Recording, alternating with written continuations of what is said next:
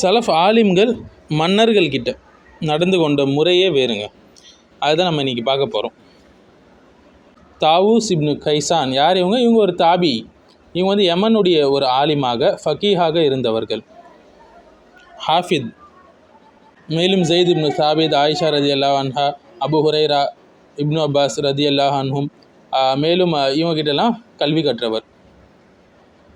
இவர்கள் மன்னர்களிடம் எப்படி நடந்து கொண்டாங்க மன்னர்களை சந்திக்கும் வேலையில் அப்படின்னு சொல்லி பார்த்தீங்கன்னா, ஹிஷாம் இப்னு அப்துல் மலிக் இவர்கள் யார்? இவங்க வந்து ஒரு இஸ்லாமிய ஆட்சியாளர். அந்த காலகட்டத்தில் மக்காவுக்கு வராரு. மக்காவுக்கு வந்துட்டு கேட்குறாரு, சஹாபாக்கள்லேருந்து யாராவது ஒருத்தர் ஒரு கல்வி கற்ற ஒரு ஆலிமை என்னிடம் கொண்டு வாருங்கள் அப்படின்னு சொல்லி சொல்கிறாங்க. அப்போ அவருக்கு சொல்லப்படுது, அமீருல் முமின் அவர்களே அவங்க எல்லாரும் மரணித்து விட்டார்கள் அப்படின்னு சொல்லப்படுது.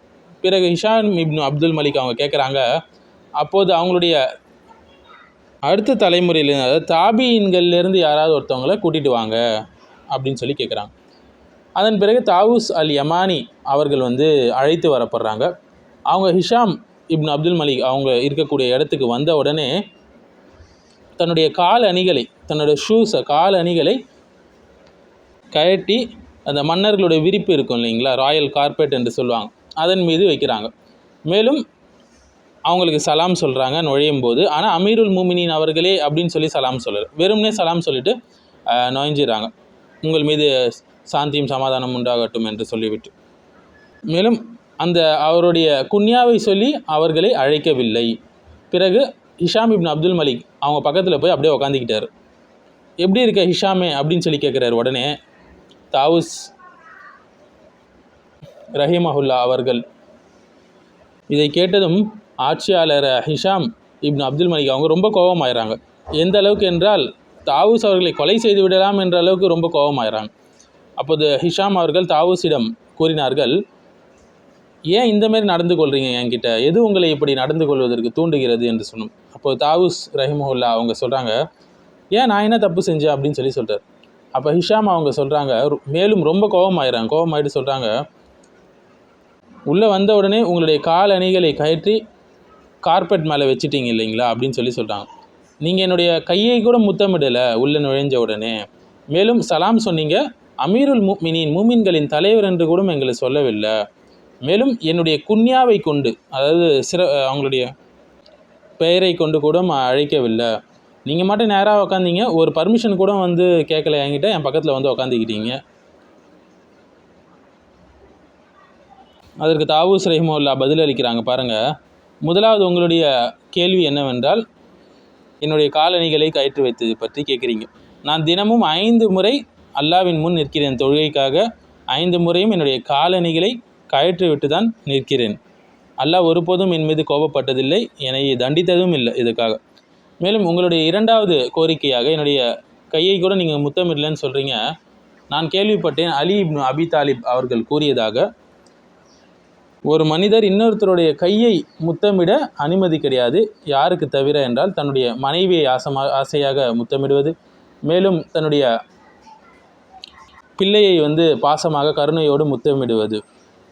உங்களுடைய மூன்றாவது கேள்வியாக ஏன் அமீருல் முமினின் அப்படின்னு சொல்லி என்னை கூப்பிடல அப்படின்னு சொல்லி கேட்டீங்க.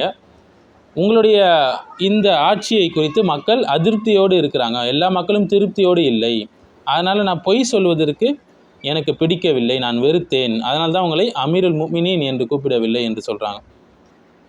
உங்களுடைய அடுத்த கோரிக்கையாக ஏன் என்னுடைய குன்யாவை சொல்லி நீங்கள் என்னை கூப்பிடலை, அழைக்கலை அப்படின்னு சொல்லி நீங்கள் கேட்டீங்க. அதற்கு பதிலாக அவர்கள் சொல்கிறார்கள், அல்லாஹ் தன்னுடைய அவுலியாக்களை, இறைநேசர்களை, நபிமார்களை எப்படி அழைக்கிறான்? யா தாவூதே, யஹ்யா அவர்களே, ஈசா அவர்களேன்னு சொல்லி அழைக்கிறான்.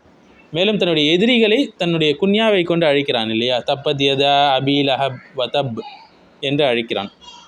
மேலும் உங்களுடைய அடுத்த கோரிக்கையாக என்ன இருக்குது? நீங்கள் வந்தீங்க, உட்காந்தீங்க, என்கிட்ட ஒரு பர்மிஷன் கூட கேட்கல அப்படின்னு சொல்லி சொல்கிறீங்க. நான் கேள்விப்பட்டேன் அலி இப்னு அபி தாலிப் அவர்கள் கூறியதாக, நரகத்துடைய ஒரு மனிதனை நீ பார்க்க விரும்புகிறியா? அப்போது நீ ஒரு மனுஷனை பாரு, அவன் என்ன சொல்கிறான் என்றால், அவன் உட்கார்ந்திருக்க மக்கள் எல்லாம் நின்று கொண்டு இருப்பார்கள், அதை அவன் சட்டை செய்ய மாட்டான் என்று. இதற்கு ஹிஷாம் இப்னு அப்துல் மலிக் அவங்க சொல்கிறாங்க, நிச்சயமாக தாவூஸ் அவர்கள் எனக்கு வந்து பாடம் புகற்றி விட்டார்கள். அப்போது தாவூஸ் அவங்க சொல்கிறாங்க, நான் அலி இப்னு அபி தாலிப் அவங்கக்கிட்ட கேட்டதாக, நரகத்தில் ஒட்டகம் அளவுக்கு மிகப்பெரிய பாம்புகள் இருக்கும், கழுதைகள் அளவுக்கு மிகப்பெரிய தேள்கள் இருக்கும், அது எல்லாம் ஆட்சியாளரை கடித்து கொண்டு இருக்கும். யார் அநீதமாக ஆட்சி செய்கிறாங்களோ அவர்களை கடித்து கொண்டிருக்க நான் கேள்விப்பட்டேன் என்று அவங்க சொல்கிறாங்க. பிறகு அவங்க எழுந்து அந்த இடத்தை விட்டு போயிடறாங்க. இரண்டாவது சம்பவம் சுஃபியான் அத்-தௌரி ரஹிமஹுல்லா அவர்கள். அவங்க என்ன சொல்கிறாங்கன்னா, அபு ஜாஃபர் அவர்களை, இவர் ஒரு ஆட்சியாளர், மினால சந்திக்கிறாங்க. அப்போது அபு ஜாஃபர் அவர்கள் சொல்கிறாரு, உங்களுக்கு எதாவது தேவை இருக்கா சொல்லுங்கள், நான் பூர்த்தி செய்கிறேன் என்று.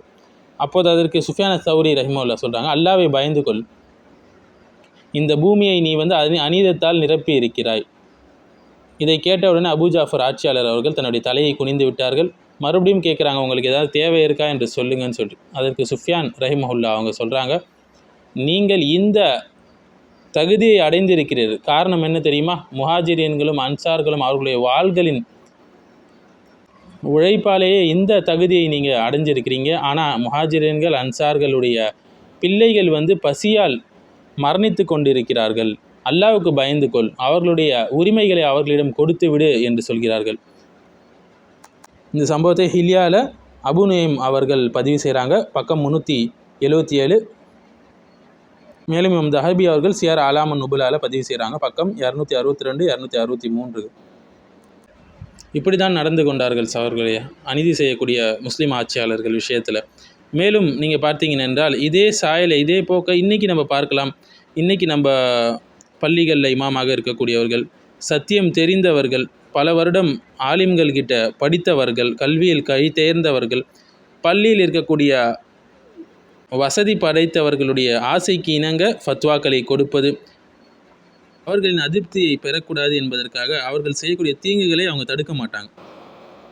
அம்ரு பில் மாரூஃப் நஹி அனில் முன்கர், நன்மையாவது தீமையை தடுக்கிறதுல ஏழைகள்கிட்ட தான், பணக்காரர்களிடம் இல்லை. பெரும்பாலும் வசதி படைத்தவர்கள் தான் பள்ளி நிர்வாகத்தில் இருக்கிறார்கள் இல்லைங்களா? அந்த நிர்வாகத்தை எதிர்த்து அவரால் குர்ஆன் சுன்னாவை பேச முடியாது. அவர் ஒரு இயக்கத்தோடு தொடர்புடையவராக, அதிக தொடர்புடையவராக இருக்கிறார் என்றால் அந்த இயக்கத்தை எதிர்த்து குர்ஆன் சுன்னாவின் சத்தியத்தை அவரால் பேச முடியாது, நிலைநாட்ட முடியாது. அவருக்கு வேலை போய்விடும், அவருக்கு வரக்கூடிய அன்பளிப்புகள் போய்விடும். அவர்கள் ஏதாவது ஒரு தவறு செய்தால், அவர்கள் ஆடம்பர திருமணம் நடத்தினால், ஆண் பெண் கலப்புடைய திருமணங்களை நடத்தினால், இந்த இமாமால் போகாமல் இருக்க முடியாது. அந்த வீட்டு திருமணத்துக்கு போகவில்லை என்றால் அவருக்கு வேலை போய்விடும். பள்ளிவாசலில் எங்கேயும் போய் பள்ளிகளில் வேலை செய்ய முடியாது. எப்போது மார்க்க அழைப்பாளர்கள் தன்னிறைவு பெற்றவர்களாக இருக்கிறார்களோ, பணக்காரர்களின் கையை எதிர்பார்க்காமல் அவர்கள் வாழ்கிறார்களோ, அப்போதுதான் அவர்களால் குர்ஆன் சுன்னாவை உறக்கச் சொல்ல முடியும், சத்தியத்தை போல்டாக யார் முன்னாடியும் பேச முடியும். அல்லாஹ்வுக்கு மட்டுமே பயப்படக்கூடியவர்களாக இருப்பார்கள். இல்லை என்றால் பள்ளி நிர்வாகிகளுக்கும் பள்ளியில் உள்ள செல்வந்தர்களுக்கும் பயந்து தான் குர்ஆன் சுன்னாவை பேச முடியாமல் அவர்களுடைய நிலை இருந்து கொண்டிருக்கும். அல்லாஹ் சுப்ஹானஹு வ தஆலா இந்த நிலைமையை மாற்றுவானாக. தன்னிறைவு பெற்றவர்களாக ஆலிம்களை ஆக்குவானாக. கல்வியை பெற்றவர்களாக நிர்வாகிகளையும் ஆக்குவானாக.